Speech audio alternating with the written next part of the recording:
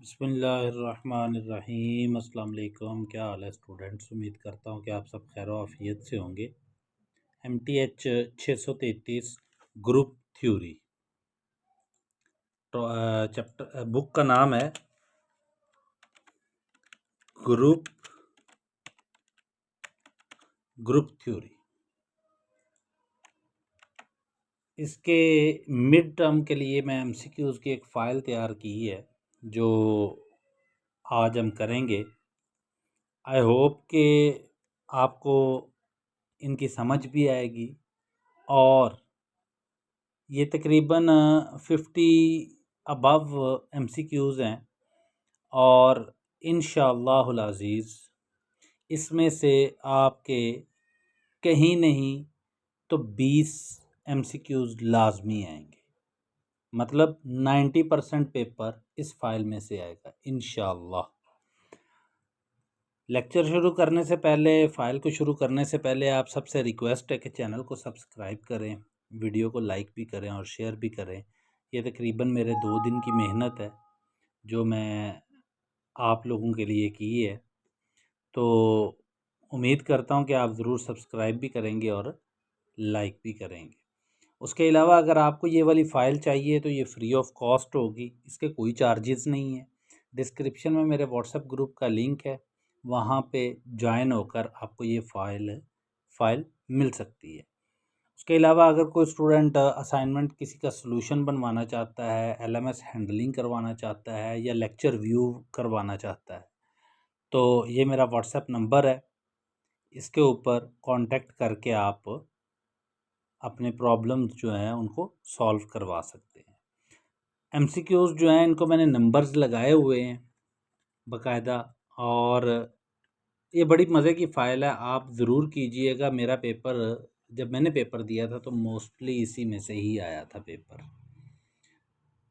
तो इसलिए फिर मैंने कहा कि चलें आप लोगों से भी शेयर की जाए। चलते हैं। सबसे पहला MCQs हमारे पास जो आता है वो प्रॉपर्टीज़ ऑफ रियल नंबर है। नंबर सिस्टम के बारे में आपसे पूछा जा सकता है। नेचुरल नंबर कहाँ से स्टार्ट होते हैं, इंटीजर्स कौन से होते हैं, उसके बाद रैशनल नंबर और इर्रेशनल नंबर और रियल नंबर। ये MCQs में इनमें से कोई एक MCQ ज़रूर आता है। वो R बता देता है, वो कहता है real number is equal to, तो वो रैशनल नंबर का यूनियन लें इर्रेशनल नंबर के साथ तो हमारे पास रियल नंबर बनते हैं। ओके, उसके बाद सेकंड MCQs है √7। √7 इज़ इर्रेशनल नंबर। ये हमारे पास इर्रेशनल नंबर है, यहाँ से एक MCQs बनता होता है। ये एक स्टेटमेंट है, इसको याद रखना है। MCQs मैंने लिख दी है साथ में। Every real number is a complex number. Her real number जो है वो कॉम्प्लेक्स नंबर भी होता है। हाँ, वो कैसे होता है वो भी मैं आपको बता देता हूँ कि जो रियल वाली वैल्यू होती है, मान लो हमारे पास एक रियल नंबर है 2। 2 एक रियल नंबर है, इसका कॉम्प्लेक्स नंबर क्या होगा? कॉम्प्लेक्स नंबर वही होता है जिसके साथ आयोटा होता है, तो मैं लिख देता हूँ 0 आयोटा। तो ये मेरे पास क्या आंसर आएगा? 2 ही आएगा ना। तो हर रियल नंबर का एक वो क्या उसको कहते हैं कॉम्प्लेक्स नंबर भी होता है। ओके, आगे चलते हैं। आगे हमारे पास बाइनरी ऑपरेशन। अब बाइनरी ऑपरेशन स्टार, मैं इसको थोड़ा सा जूम कर लूँ और ताकि क्लियर हो जाए आप लोगों को, ये ठीक रहेगा। अब बाइनरी ऑपरेशन डेफिनेशन आपने याद करनी है इसकी। अब binary operation star on a set S is a function mapping S cross S into S। मतलब आप बाइनरी ऑपरेशन को यूँ समझ लें कि ये एक ऐसा ऑपरेशन होता है, आप किसी भी एक सेट है आपके पास S, उसके ऊपर आपने कोई बाइनरी ऑपरेशन करना है। अब वो जो बाइनरी ऑपरेशन है, आप उसके दो एलिमेंट्स को लो और उनके ऊपर कोई भी बाइनरी ऑपरेशन कर दो, एडिशन का, सब्ट्रैक्शन का, मल्टीप्लिकेशन का, डिवीजन का, तो जो आंसर है वो भी उसी सेट में हो तो वो बाइनरी ऑपरेशन होता है। ठीक है। सॉरी। उसके बाद है बाइनरी ऑपरेशन। ये आपने याद रखना है कि usual addition is a binary operation on the set. कौन से सेट्स के ऊपर बाइनरी ऑपरेशन एडिशन जो है वो अप्लाई होता है रियल के ऊपर, कॉम्प्लेक्स के ऊपर, रैशनल के ऊपर, इंटीजर्स के ऊपर, पॉजिटिव रियल, पॉजिटिव रैशनल और पॉजिटिव इंटीजर्स के ऊपर। ठीक हो गया। उसके बाद usual multiplication is a binary operation on, किन सेट्स के ऊपर मल्टीप्लिकेशन का बाइनरी ऑपरेशन होगा, वो ये वाले दूसरे नंबर वाले हैं। और ऐसे कौन से सेट हैं जिनके ऊपर binary operation, usual multiplication is a binary operation on the set. अच्छा, रियल नंबर में से अगर आप ज़ीरो निकाल दो तो फिर मल्टीप्लिकेशन जो है वो आपके पास बाइनरी ऑपरेशन होगा। इसी तरह ही कॉम्प्लेक्स नंबर से ज़ीरो निकालना है, रैशनल नंबर से और इंटीजर से ज़ीरो निकाल देंगे तो आपके पास ये बाइनरी ऑपरेशन होल्ड करेगा मल्टीप्लिकेशन का। उसके बाद आगे हमारे पास MCQs नंबर 6 है। कहता है डेफिनेशन है, a function f x approaches to y is called injective or 1 to 1 if. अच्छा, ये स्टेटमेंट आपने याद रखनी है, ये जो f into x1 is equal to f into x2, तो x1 is equal to x2 होगा। ये स्टेटमेंट जो है ये पेपर में आ जाती होती है, वो पूछ लेता है सिंपल, वो कहता है f(x1) is equal to f of x2, तो आंसर क्या आएगा आपके पास, x1 is equal to x2 आएगा। ठीक है, अगर x1 और x2 इक्वल नहीं है तो ये फंक्शन भी आपस में इक्वल नहीं होंगे, ये नीचे ये बताया हुआ है। आई होप कि आपको यहाँ तक समझ आई होगी। वीडियो थोड़ी सी लंबी हो जाएगी लेकिन आपकी तैयारी पूरी हो जाएगी इंशाल्लाह। बाइजेक्टिव फंक्शन है आपके पास, function f x approaches to y is called surjective or onto if for any y, small y belongs to capital Y, there exists small x belongs to capital X with y is equal to f of x। Bijective की definition हमारे पास आ जाती है, bijective function or 1 to 1 correspondence is a function that is both injective and surjective. वो function जो injective भी हो और सब्जेक्टिव भी हो उसको हम बाइजेक्टिव बोलते हैं। MCQs नंबर 9 है हमारे पास। ये हमारे पास वो कहता है कि एक real number positive real number को अप्रोचेस कर रहा है जिसमें f ऑफ x जो है वो हमारे पास 10 की पावर x है। तो हमने पीछे क्या पढ़ा हुआ है, f of x is equal f of x1 is equal to f of x2, मतलब f of x is equal to f of y होगा। तो 10 की power x is equal to 10 की पावर y, तो x is equal to y हो जाएगा। इसी तरह ही ये नीचे वाला भी आपने देख लेना है। अब आगे आ गया MCQs नंबर 10। इसमें हमें ये ऊपर वाली स्टेटमेंट जो है ये गिवन होती है और हमने ये चीज़ लिखनी होती है, f of capital H is equal to f of h such that h belongs to capital H। उसके बाद बाइजेक्टिव मैपिंग में भी ये स्टेटमेंट हमें गिवन होती है और हमने ये वाला नीचे वाला जो मैंने अंडरलाइन किया हुआ है ये आंसर आपने बताना होता है। अच्छा, इसमें एक चीज़ है कि जो स्टेटमेंट मैंने लिखी हुई है या जो भी MCQs है उसको आपने याद करना है, मतलब रट्टा लगा लें, याद कर लें, समझ लें, लेकिन ये पूरा याद करना है। ये नहीं कि आपने सिर्फ वो उतना सा जो कलर किया हुआ उसी को ही करके उठ जाएं, उसका कोई फ़ायदा नहीं होगा। ठीक है, मतलब ये पूरी स्टेटमेंट आपने तैयार करनी है। MCQs नंबर 12 है, हाँ 12 ही है। रियल नंबर अप्रोचेस कर रहा है, capital real number f of x is equal to 10 और f ऑफ r जो है वो किसके इक्वल आ जाएगा, वो पॉजिटिव r के इक्वल आ जाएगा। Therefore f is onto. ये ऊपर वाली स्टेटमेंट आपको बताई होगी और ऑन टू के बारे में पूछ लेगा। इसी तरह ये वाला MCQs है कि z जो है मतलब इंटीजर्स जो है वो इंटीजर को ही बिलोंग कर रहा है, तो f of m is equal to 3m है, तो f of z is equal to 3z not equal to z, it implies f is not onto. अच्छा, एक और ये वाला MCQs भी देख लें, 14 है, इन्वर्जन थ्योरम है हमारे पास। वो कहता है suppose that g of f of x1 is equal to g of f of x2। तो हम इसको कैसे लिख सकते हैं, g of f into x1 और g into f of x2, तो f ऑफ x1। हाँ, अब ये होगा क्या, आपको ये ऊपर वाली जो स्टेटमेंट है ना, ये वाली ये चीज़ ये दे देगा और नीचे ये वाली आपसे पूछ लेगा, कोई एक इनमें से कोई एक आपसे पूछ लेगा। ठीक हो गया। वीडियो लंबी हो जाएगी लेकिन साथ में जुड़े रहना है। एमसीक्यूज नंबर 15 है, हमारे पास 15 है। The function f of x approaches to y has the inverse if and only if f is bijective. ये बाइजेक्टिव जो है ये मिसिंग होगा, ठीक है ना। तो या फिर बाइजेक्टिव दिया होगा और इनवर्स मिसिंग होगा। उसके बाद है हाँ, यहाँ पर आइसोमॉर्फिक बाइनरी स्ट्रक्चर जो है वो कॉम्यूटेटिव ऑपरेशन को होल्ड करता है, ये आपने याद रखना है। ये भी एक एमसीक्यूज है। ये ट्रू फॉल्स में आती है आपके पास statement. The binary structure rational number under operation plus and real number under operation plus are not और isomorphics because Q has cardinality N naught और अल्फा नल, या इसको अल्फा नल बोल दो, ठीक है। वाइल और की कार्डिनैलिटी जो है वो नॉट इक्वल टू अल्फा नल के है, ठीक है। ये आपने याद रखनी है, ये स्टेटमेंट एज इट इज़ ही याद रखनी है। ये स्टेटमेंट आ जाएगी, वो नीचे ट्रू या फॉल्स पूछेगा तो आपने बता देना ट्रू फॉल्स। ये भी ट्रू फॉल्स की स्टेटमेंट है, इसको भी आपने एज इट इज़ ही याद कर लेना है।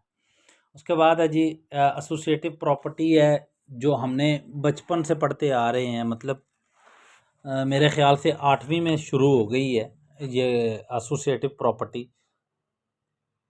कि A star B star C is equal to होता है A star bracket B star C bracket close. ये आपने याद रखना है।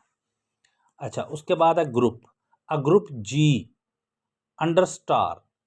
स्टार कोई भी ऑपरेशन है, star is a general operation, mean के आप इसको एडिशन भी ले सकते हो, मल्टीप्लिकेशन ले सकते हो, डिवीजन ले सकते हो। इसको आप इसको इसको आप हर वो चीज़ जो है मतलब मल्टीप्लिकेशन डिवीजन सब्ट्रैक्शन आप इस set G with binary operation star satisfying the following axioms. पहला एक्सियम, कोई भी आपके पास ग्रुप है ना, तो ग्रुप होने के लिए ये 4 चीज़ें उसमें शामिल होनी चाहिए। पहली ये कि ग्रुप के कोई से भी 2 एलिमेंट लो तो उनमें कोलेयर प्रॉपर्टी जो है वो होल्ड करे, एसोसिएटिव प्रॉपर्टी भी होल्ड करनी चाहिए, ग्रुप की आइडेंटिटी भी होनी चाहिए। अब आइडेंटिटी के बारे में मैं आपको बता दूं कि प्लस की जो आइडेंटिटी होती है वो 0 होती है और जो मल्टीप्लिकेशन की आइडेंटिटी होती है वो 1 होती है। ठीक हो गया। और इन्वर्स भी होना चाहिए उस ग्रुप के उस सेट के अंदर, तो वो आपके पास एक ग्रुप होता है। ये आपने याद रखना, ये शॉर्ट में भी आ जाता होता है। ओके जी, प्रपोजिशन हमारे पास एक एमसीक्यूज है। Let G star be a group then G has exactly 1 identity element. एक आइडेंटिटी एलिमेंट होना चाहिए, एक से ज़्यादा आइडेंटिटी नहीं होनी चाहिए। Each element of G has exactly 1 inverse, और हर एलिमेंट का एक इनवर्स होना चाहिए। ओके जी, आगे चलते हैं। एमसीक्यूज है। In general set of all n cross n matrices is not a group under matrix multiplication. कोई भी आपके पास n क्रॉस n का मैट्रिक्स आ जाता है तो वो लाजमी नहीं कि वो आपके पास ग्रुप हो अंडर मल्टीप्लिकेशन, ठीक है। और ये वाली स्टेटमेंट आपने याद रखनी है। But GLNF is a group under matrix multiplication. Okay, यहाँ से आपको एमसीक्यूज भी बनता है और आपका शॉर्ट क्वेश्चन भी बनता है। Integers under addition is a sub group of real number under addition. इसी तरह ही रैशनल नंबर माइनस 0, मतलब रैशनल नंबर से 0 निकाल दें, is not a sub group of are. उसके बाद ये कह रहा है कि 1 minus 1 is a sub group of this. मतलब आप इन दोनों को यूज़ करके आप ये वाला सेट बना सकते हो। कैसे बना सकते हो? अगर आप -1 को -1 से मल्टीप्लाई करते तो आपके पास 1 बन जाता है, 1 को -1 से मल्टीप्लाई करते तो -1 बन जाता है। इसी तरह ही -1 को 1 के साथ मल्टीप्लाई कर दो तो आपके पास या फिर सॉरी थोड़ी मिस्टेक होगी, हाँ, इस सेट को आप यूज़ करते हुए ये जो 1 -1 आयोटा माइनस आयोटा है, इसको यूज़ करते हुए आप ये वाला सेट बना सकते हो। कैसे बना सकते हो? वही तरीकाकार, 1 को 1 से मल्टीप्लाई कर दो, 1 को -1 से मल्टीप्लाई कर दो, ठीक है। आयोटा को आयोटा से मल्टीप्लाई कर दो तो आपके पास आयोटा स्क्वायर आ जाता है, तो वो किसके इक्वल होता है? -1 के, और -1 into 1 minus is equal to 1 आ जाएगा। तो ये चीज़ है, इसको याद रखना है आपने। इसी तरह ही 1 और iota is not a sub group of this. ये आपने 2 चीज़ें 3 याद रखनी है, ये बहुत इंपॉर्टेंट है, ये आती हैं पेपर में। इसी तरह ही आपने ये वाला चीज़ याद रखनी है कि साइक्लिक ग्रुप में भी फाइनाइट। अच्छा, ये जो फाइल मैंने तैयार की हुई है ना, ये आपके हैंडआउट्स के स्क्रीनशॉट लेकर तैयार की हुई है, ये सर्चिंग वाली फ़ाइल नहीं है, तो लिहाजा सर्चिंग के चक्कर में ना रहिएगा, ये सर्च नहीं होगी। अच्छा जी, साइक्लिक ग्रुप में भी फाइनाइट Z1 अंडर मोडुलो 1 जो है वो 1 2 3 0, ये चीज़ें आपने याद रखनी हैं। Z4 is a cyclic, Z5 is a cyclic, Z6 is a cyclic, ये आपने याद रखना है। उसके बाद every cyclic group is a billion, ये थ्योरम बहुत इंपॉर्टेंट है, ये मेरे ख्याल से मुझे भी आया हुआ था, बल्कि हाँ आया था, बिल्कुल आया था। अच्छा, MCQ का डेफिनेशन है हमारे पास, cyclic group if G is a cyclic if G is for some A G। Theorem है हमारे पास, अगर तो हमारे पास इन्फिनिटी होगा, ये याद रखना है आपने, ये रट्टा लगा लीजिएगा। अगर तो हमारे पास इन्फिनिटी होगी एक कार्डिनलिटी, तो AI की पावर AJ इक्वल होगी इफ़ एंड ओनली इफ़ होगी I is equal to J के, ठीक है। और अगर A की कार्डिनलिटी हमारे पास N होगी तो वो हमारे पास N such that I minus J होगी। ये आपने रट्टा लगा लेना, ये याद रखना है ऐसे ही। आगे हमारे पास एग्जाम्पल है, इसमें आपने ये याद रखना है कि वो कहता है बाय थ्योरम A की पावर 21 की cardinality is equal to 30 over GCD 30 into 21 is equal to, तो ये आपने बताना इज इक्वल टू 10 होता है। ठीक हो गया, ये आपने देख लेना है। इसको 27 हो गया, 28 पे चलते हैं। तो GCD यहाँ पे वो सिंपल ये पूछ सकता है कि GCD 8 एंड 12, 8 और 12 का GCD आपके पास क्या आता है? वो 4 आता है, ये आपने याद रखना है। अच्छा जी, उसके बाद MCQ हमारे पास, वो कहता है डाइहाइड्रल ग्रुप D4, आपसे पूछ लेता है कि D4 इज अ डैश, तो आपने बताना डाइहाइड्रल ग्रुप, या the dihedral group denoted by D4, ये याद रखना है आपने। आगे MCQ 30, D4 is a group of symmetries of the square, it is also called octic group, इसको हम ऑक्टिक ग्रुप भी कहते हैं। उसके बाद हमारे पास यहाँ पर ट्रू फॉल्स बनता है, an orbit of permutations P is an equivalence class under the relation B is equal to. अच्छा, ये चीज़ जो है ये कई बार वो पेपर में पूछता है, दे देता है और पूछ लेता है, कई बार ये सारी स्टेटमेंट ही दे देता है और कहता है ट्रू है या फॉल्स है, तो ये स्टेटमेंट आपने याद रखनी है।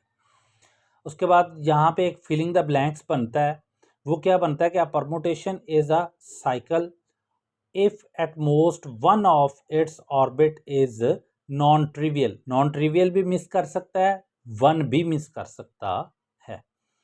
आगे बनता है the cycle of length 2 is called a transposition, यहाँ पर वो 2 भी मिस कर सकता है या ट्रांसपोजिशन भी मिस कर सकता है, कि अगर वो कहता है cycle of length 2 is called dash, तो आपने ट्रांसपोजिशन बताना है, या वो कह देता है cycle of length dash is called a transposition, तो आपने 2 बताना है। Every permutation of a finite set is a product of disjoint cycle, ये डिसजॉइंट की जगह पर जॉइंट भी आ जाता है, डिसजॉइंट भी आ जाता है, इनफाइनाइट भी आ जाता है और फाइनाइट भी आ जाता है, ठीक है। तो आपने डिसजॉइंट को करना है। Every permutation can be written as the product of transposition, ये आप अगर ध्यान से पढ़े तो ये प्रोडक्ट ऑफ ट्रांसपोजिशन ही होती है आपके पास परमुटेशन। जब आप परमुटेशन किसी की निकालते हैं तो आप उसके जो यूँ समझ लो कि जो एलिमेंट्स हैं उनको आप मल्टीप्लाई करते हो और फिर आपके पास उसकी परमुटेशन निकलती है। आगे पैरिटी ऑफ परमुटेशन है, ये आपने डेफिनेशन याद कर लेनी है। इवन और ऑड पैरिटी के बारे में पूछता है। उसके बाद ये एक थ्योरम है हमारे पास, वो कहता है the parity of a permutation is even और ऑड। या तो इवन हो सकती है या ऑड हो सकती है, लेकिन अगर वो कहते हैं इवन एंड और एंड ऑड तो वो गलत होगा। ये मैंने नीचे लिखा भी हुआ है पेपर में, इवन और ऑड की जगह इवन एंड ऑड लिखा आता है जो कि गलत है।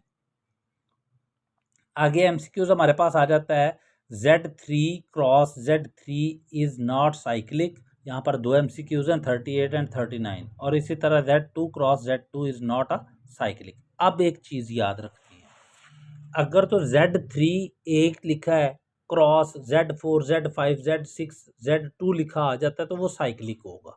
यहाँ स्टेटमेंट में भी यही चीज़ लिखी हुई है। इसी तरह Z2 के साथ अगर वो Z3 Z4 Z5 लिख देता है तो वो भी साइक्लिक होगा। ये वाली स्टेटमेंट जो अंडरलाइन की हुई है, हाईलाइट की हुई है, ये आपको पेपर में गिवन होती है, और ये वाला आंसर जो है ना ZMN ये आपने बताना होता है। ठीक है कि the group Zm cross Zn is a cyclic and is isomorphic to Zm। आगे आ जाता है हमारे पास एक और एमसीक्यूज है, वो कहता है कि जी Z3 cross Z4 cross Z35 is generated by the single element 111। ये आपने सिंगल एलिमेंट याद रखना है, जनरेट इससे हो जाते हैं ये ग्रुप। उसके बाद ये वाला है, वो कहता है there are 6 different abelians group of order 360। ठीक है, वो कह देता है there are dash different abelian groups of order 360, तो आपने 6 डिफरेंट ग्रुप होंगे। एमसीक्यूज फिलिंग द ब्लैंक्स वाला। अच्छा, यहाँ पर एक चीज़ है, a group G is decomposable if it is isomorphic, एक चीज़ होगी।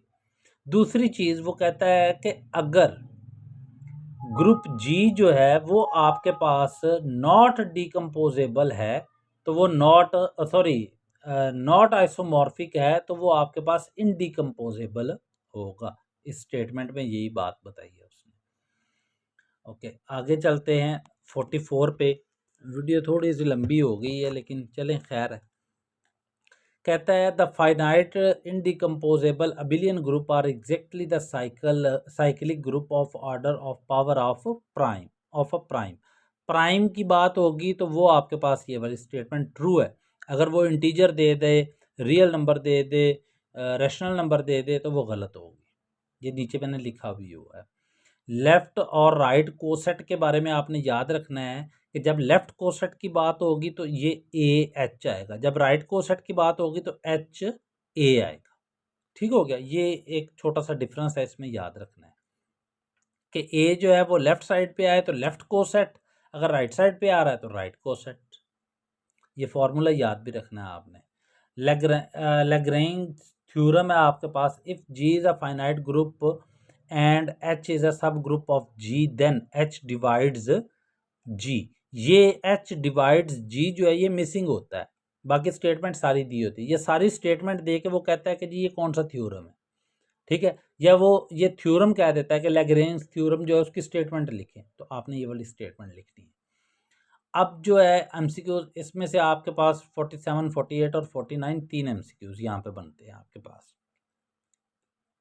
पहला एमसीक्यूज है, अगर H जो है G4 और G की पावर 8 है तो इट सेल्फ इज 1 कोसेट होगा। दूसरा H2 के लिए ये वाला है एंड GH3 के लिए ये वाला है।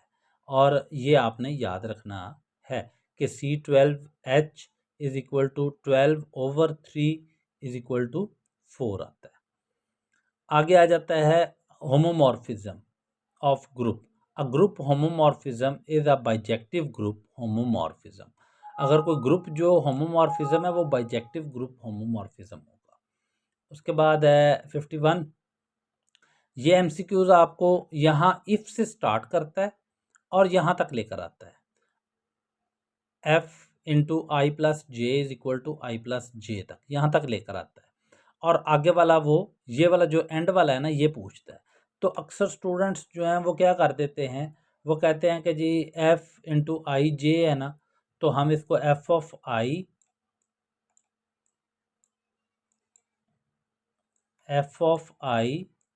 Is equal to f of j लिख देते हैं।